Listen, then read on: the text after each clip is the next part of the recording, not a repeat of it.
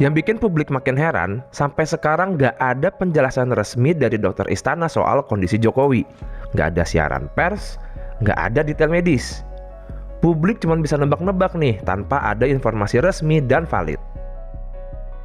Padahal kalau kita lihat ke belakang, transparansi soal kesehatan presiden itu hal yang biasa. Bukan cuma Jokowi. Sebelumnya banyak kok presiden yang pernah sakit.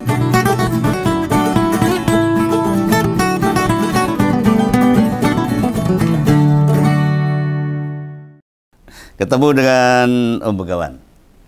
Seperti yang tak janjikan di konten Om Begawan episode Sabtu lalu, kalau Om Begawan akan sedikit bercerita tentang sakitnya Pak Jokowi. Yang pasti kondisi fisik bekas orang penting di negara ini makin memprihatinkan.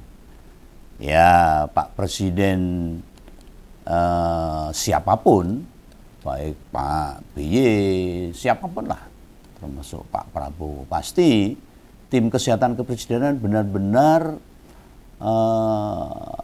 mengupayakan kesehatan para presiden, mantan-mantan presiden, termasuk wakil presiden. Lah Pak Jokowi ini, kalau memang sakitnya itu fisik, pasti dokter kepresidenan akan merawat dengan baik-baik. Betapa canggihnya sekarang ilmu kedokteran. Apakah tidak bisa merawat dengan baik dan menyembuhkan penyakit fisik Pak Jokowi jika ini penyakit fisik? Kalau ini penyakit psikis, beda permasalahannya. Ada banyak hal tentang penyakit psikis. Ada karena hati yang tidak nyaman, ada beban berat, atau bahkan kalau di luar nalar bisa ada serangan-serangan dari luar kalau itu ada kepercayaan ke situ. Om Begawan melihat Pak Jokowi beneran nggak tega kalau melihat fisiknya Pak Jokowi ini. Maka ketika orang mengatakan Pak Begawan sakit hati, iri, atau tidak suka dengan Pak Jokowi atau membenci Pak Jokowi, oh tidak, enggak sampai segitu. Nah, sampai segitunya kita boleh enggak setuju pada sikap politiknya? Boleh. Menolak situasi politik yang penuh intervensi, juga Pilpres 2024 yang penuh kebobrokan atas cawe-cawe Jokowi, boleh. Enggak masalah. Tetapi welas asih, empati dari jiwa kemanusiaan tetap ada dalam diri Om Begawan. Saya melihat fisik Pak Jokowi, bahkan sekarang fisiknya Bu Iriana, prihatin. Tanda-tanda kurang bugarnya Jokowi terlihat di akhir pekan kemarin itu. Loh, nanti bisa tak tunjukkan beberapa fakta ini sakit yang tidak ringan. Kalau menurut Om Begawan, ini sakitnya itu psikis, bukan fisik. Kalau sakit fisik hanya sakit kulit biasa, atau bahkan jantung pun yang sekarang sangat dikatakan penyakit paling berat di Indonesia, itu pun sekarang bisa diobati. Betapa tinggi canggihnya ilmu kedokteran saat ini. Kurang apa tim kedokteran kepresidenan untuk merawat semua mantan presiden dan presiden? Apapun hasil diagnosa dokter, pasti akan bisa dirawat kalau itu sakitnya fisik. Tapi ini psikis. Gandeng aku dudu tenaga medis. Ya hanya memberikan pendapat, memperkirakan. Ya hanya bisa menyampaikan informasi yang tak nilai valid. Juga berdasar dan mendasar, orang ngasal loh. Sakitnya Pak Jokowi, blas ragawe aku seneng, gak sedih saya. Apa terus Pak Jokowi loro terus aku bahagia? Enggak. Itu bukan sifat saya. Saya mengkritik Jokowi itu bukan masalah itu, bukan Jokowinya, tapi kebijakan yang saat ini telah merusak beberapa sendi-sendi bernegara. Nah, sepertinya meski dapat layanan kesehatan terbaik dari negara, ilmu kesehatan dokter kepresidenan yang sudah canggih, semacam tidak bisa menghentikan. Padahal yang kita tahu, ada anggapan semua penyakit itu ada obatnya loh. Ada.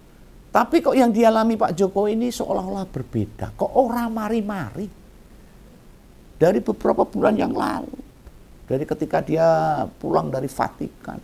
muncul penyakit kulit, dan sekarang semakin kipu-kipu, kulitnya semakin banyak bercak dan sebagainya. Bukankah sebagai presiden atau mesti sudah pensiun, apapun yang dikonsumsinya sudah melewati screening para ahli gizi terbaik. Kehidupannya pasti dipantau secara ketat sama ahli medis terbaik negeri ini dan seluruh dokter kepresidenan. Loh, walau begitu seolah penyakit nggak mau menjauh dari tubuh Pak Jokowi, terus nempel di tubuhnya. Bahkan seakan-akan Bu Iriana juga katut ikut. Lu sebagai rakyat dan pernah mengenal sosoknya, bahkan dulu saya sering menemani ketika di beberapa kecamatan untuk dikenalkan dengan warga.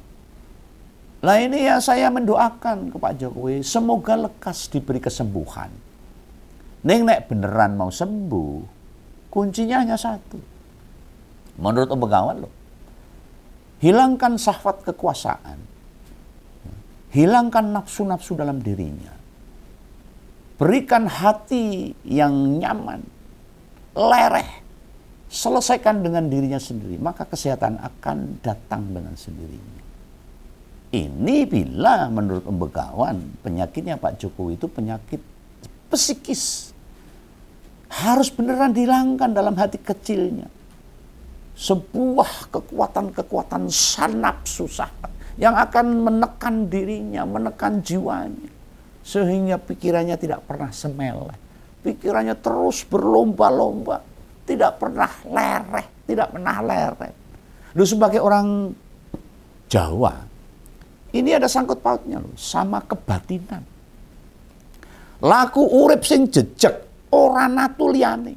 Kebatinan tidak selalu terkait agama atau kepercayaan tertentu. Enggak. Ini berangkat dari hati nuraninya, berangkat dari jiwanya. Dalam paugeran Jawa jelas banyak disebar pepeling alias pengingat, angger-angger. Urip kudu eling lan waspada. Sopo nandur jelas bakal ngunduh. Kalau yang ditanam baik pasti panennya yang baik dan sebaliknya. Nek orang nandur ngunduh kuwi jenenge nyolong. Tidak semua hal di dunia itu dapat terengkuh, tergapai. Tidak semua. Sebenarnya Tuhan telah memberikan apa yang kita butuhkan. Bukan butuh kita. Tapi Tuhan yang sudah mengukur dari semua kebutuhan demi kebaikan hidup kita. Meski kita sudah punya banyak hal misalnya.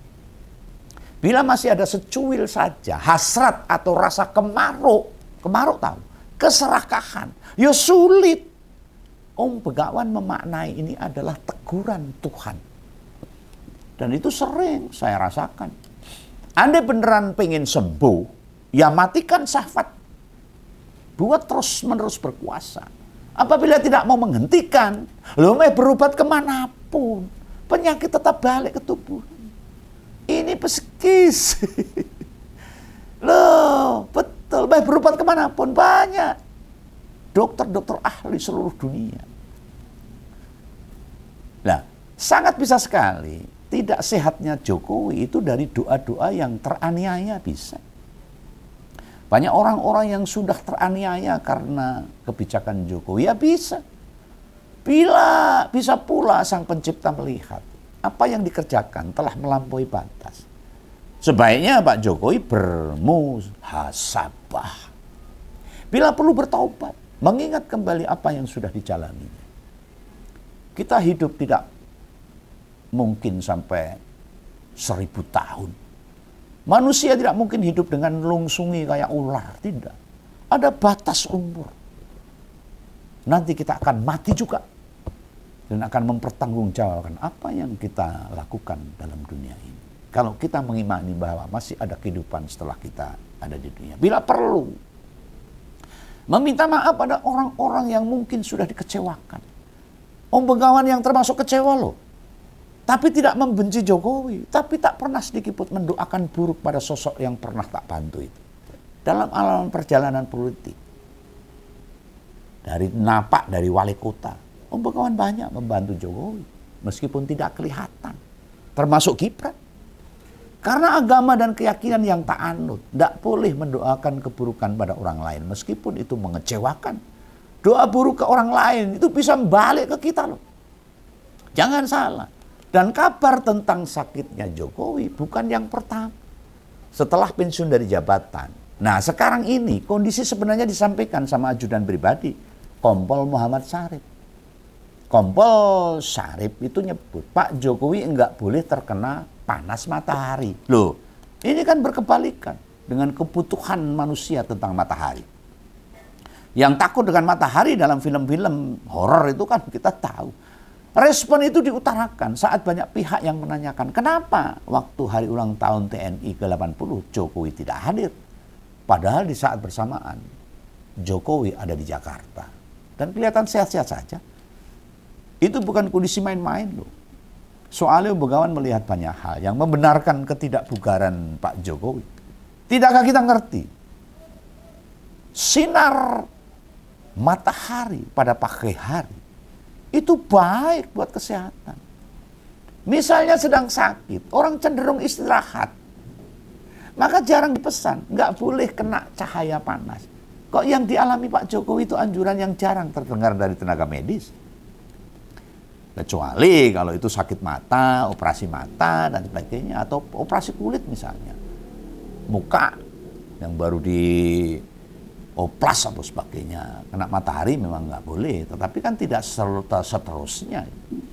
Kalau mata habis operasi itu ya memang nggak boleh. Coba kita cek. Seenggaknya dalam waktu beberapa hari terakhir yang dimulai dari 5 Oktober pas hari ulang tahun TNI. Saat dikonfirmasi wartawan, orang dekat Jokowi itu menyampaikan kalau Pak Jokowi sedang masa pemulihan loh. Berarti sakit atau masih sakit. Loh padahal dulu waktu berlayat ke Vatikan, ya alasannya podo, sedang masa pemulihan. Sedang layat Paus Fransiskus di Eropa itu. Itu wis bulan April. Setengah tahun yang lalu. Loh apa bener 6 bulan masa pemulihannya nggak rampung-rampung? Pemulihan yang dijalannya. Kan dipantau dokter-dokter hebat. Genah wong pilihan, kenapa tidak berhasil? Bukankah pas akhir tahun kemarin Jokowi hampir tidak terlihat sampai 2 minggu? 14 hari tidak bisa kembali pulih secara formal hingga hari ini. Tidak ada keterangan resmi dari pihak kedokteran kepresiden, nggak ada. Atau mungkin dokter-dokter ahli, ya, atau spesialis kulit misalnya, atau spesialis internis misalnya. Gak mungkin hanya tabib, tukang gurah, apalagi dukun kan enggak. Pasti ya dokter kepresidenan, spesialis berbagai jurusan. Ini ada tambahan info baru ini. Biyen kan jarene alergi kulit. Saiki intine ra entuk kena panas. Iki panas matahari loh, bukan panas godokan banyu atau panas setrika atau geni bakaran sate. Apa meneh panas hati, ora enek hubungane. Lho pantas saja sering terlihat pakai topi selain dengan penutup kepala, dipayungi barang. Ning payungannya beda.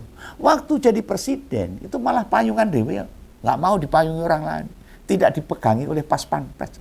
Malah sering mayungi tamu negara maupun tokoh yang lain. Loh kok sekarang dipayungi, nggak pegang payung sendiri. Apa tangannya nggak kuat angkat payung sendiri? Lah mosok berkebalikannya. Berat payungnya itu kan paling 0,5 kilo. Beda sama bawa semen sak galon atau gas melon itu. Ya, berarti dulu mayungi tamu negara itu ya menurut saya weteng mungkin. Apa tangannya sakit pegang payung? Ya mbuh. Biasanya pegang kekuasaan sih jadi ngenggam barang tangannya gak terbiasa. Mungkin ya itu perkiraan Begawan aja. Lalu cara menjauhkan dari sorotan matahari. Itu ya rada ekstrim.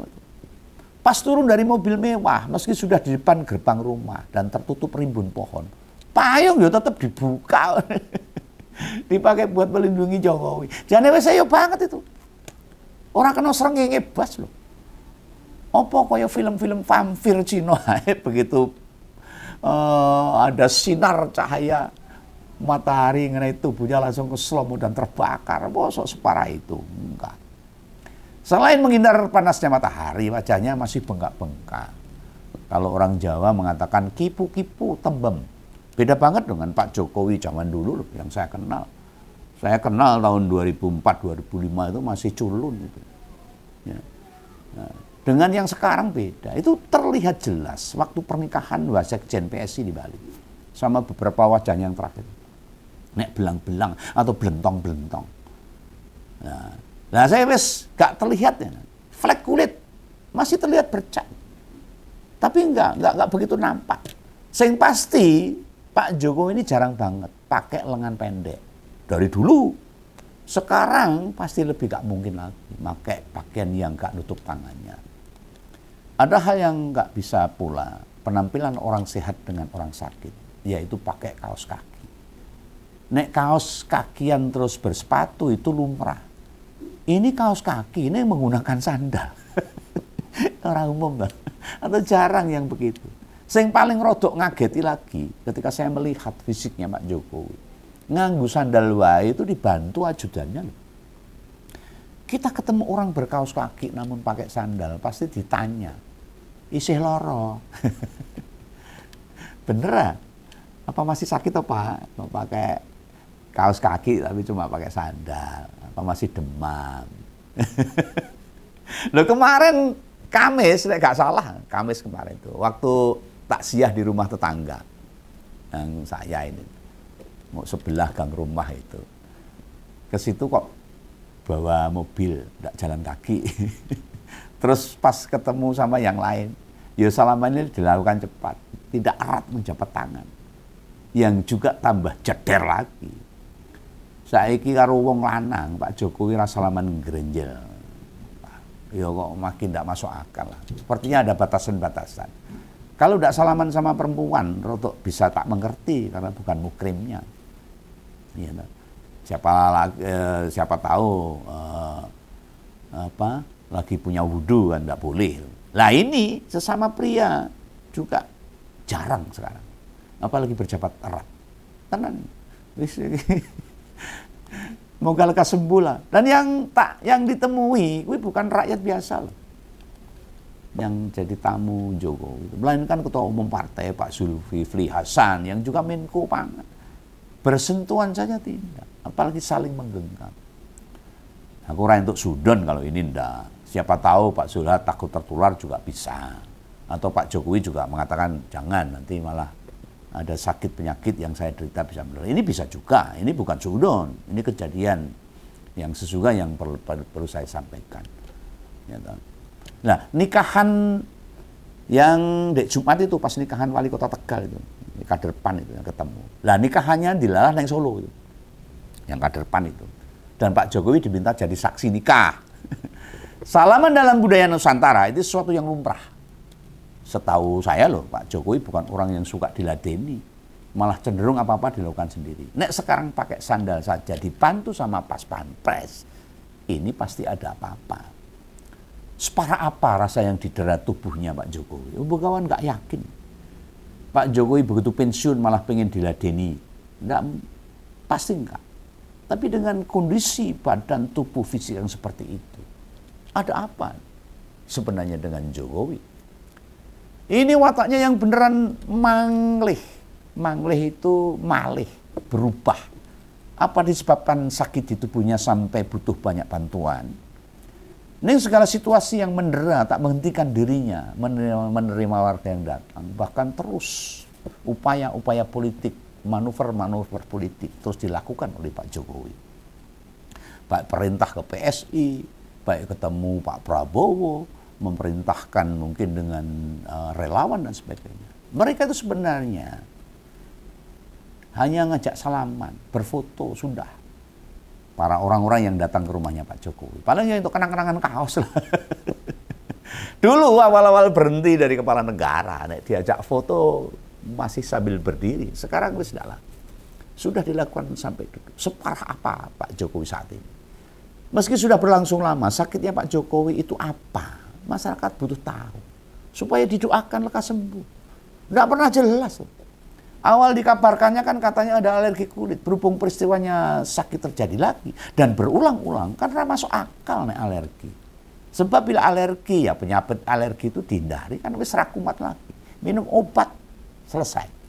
Kenyataannya enggak. Sakit bekas presiden itu kembali muncul. dan dipertanyakan banyak pihak. Yang makin bikin curiga ya tidak adanya pernyataan resmi itu dari dokter-dokter kepresidenan. Semua presiden itu dapat fasilitas kesehatan dari negara loh.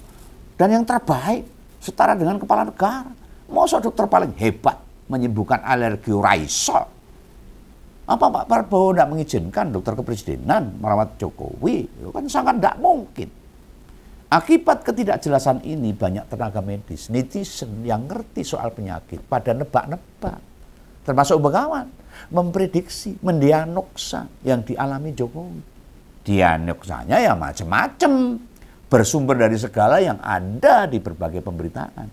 Ada yang nyebut kena autoimun, kurang imun, Stephen Johnson syndrome alias SJS, sampai tekan klinik barang. Kalau Begawan mengatakan itu sakit psikis, kalau Begawan mengatakan.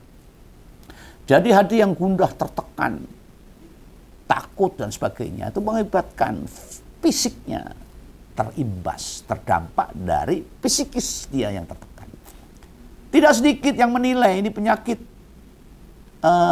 pikiran. Lalu secara subjektif, Pembegawan menilai ini ada sangkut pautnya dengan syahwat kekuasaan.